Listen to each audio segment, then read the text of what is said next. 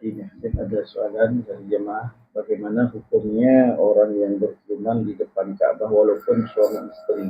Dan juga kita lihat sekarang banyak pre-wedding, belum akad nikah sudah berpelukan. Ini bagaimana dalam pandangan Islam yang ada? Ya Allah, bismillahirrahmanirrahim. Allahumma salli ala sayyidina Muhammad wa ala sayyidina Muhammad. Ya Rabbi, ya Rabbi, ya satirul hal. Ya satirul hal, ya satirul hal. Beginilah ya akhir-akhir zaman ini macam-macam. Suami isteri beginilah. Ya, banyak orang sekarang kita tengok dekat mana-mana ya. Dekat airport, ya, orang nak bercium-cium, orang nak berpeluk-peluk tu tak apalah ya. Suami isteri nak berpeluk-peluk, nak berpisah semua kan, nak belayar semua ni. Ini semua kita bukanlah nak bersalam tu cantik lah ya, mu'anaqah ya, mu'anaqah ni berpeluk gitu. Tapi suami isteri boleh lah. Yang paling the best ya, suami isteri for husband and wife, the best sekali lah pada Habib lah ya, pada Habib. Itu dia dekat sendirilah, personal, jangan tunjuk-tunjuk dengan orang, tak bagus. Walaupun kita dekat padang dekat Kaabah ya, ataupun dekat makam Rasulullah, kita bawa isteri kita show, ya Allah, this is my wife. Tunjukkan gitu. Bukan kita cium-cium peluk-peluk. Jangan bercium-cium ya, bercium-cium orang lain tengok, tak bagus. Itu yang tak bagus. Begitu juga sekarang kita bukan marahlah. Orang putih, orang boleh cium sana, cium sini, macam-macam cium ya. Dekat macam-macam lah, dekat depan orang ramai, dekat restoran, dekat ini, banyak lah. Diorang menyanyi-nyanyi tu lagi macam-macam cium sana cium sini. Jadi kita orang Islam, orang yang beriman, cubalah jaga adab-adab. Bukan suami isteri ni tak boleh cium di antara satu sama lain boleh.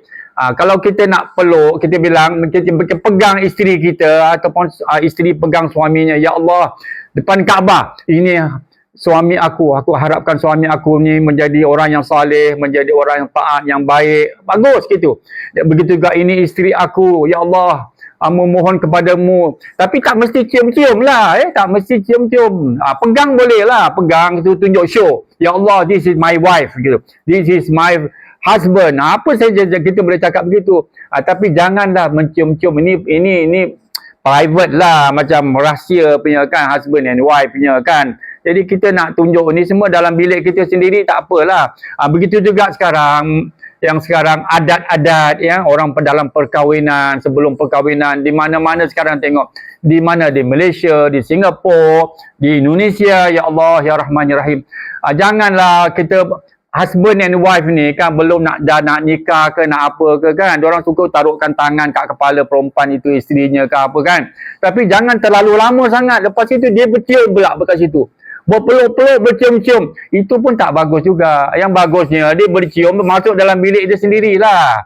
Jangan lama-lama kat situ. Nak buat apa kita tunjuk-tunjuk orang semua, show off semua ni, buat apa? Nanti perkahwinan kita tak ada berkat. Tak gunalah kita tunjuk-tunjukkan kita bercium-cium depan-depan orang semua ramai-ramai gitu supaya tunjuk. Okey, semua orang tengok. Itu tak bagus. Itu bangsa lain boleh buat lah. Kita orang Islam tak ada galakkan begitulah. Bukan kita tak boleh nak ikut adat sana, adat sini boleh. Tapi itu adat itu kita sesuaikanlah pada tempatnya. Ya, kita boleh bercium, lepas itu orang dah ramai-ramai. Kita masuk bilik lah sendiri. Pandai-pandailah kita duduk berdua. Kita ciumlah daripada kepala sampai kaki pun ciumlah. Gitu semua boleh. Okey, itu sajalah. Cukup Rasulullah mengajar adab-adab. Tapi salah, kadang-kadang tersalah umat-umat sebahagian daripadanya menggunakan adat-adat ini ya. Sampai boleh menjadikan orang lain jadi dapat dosa, menjadi mendatangkan nafsu orang semua, jadi dosa semua. Amin ya rabbal alamin. Sekian Muhammad.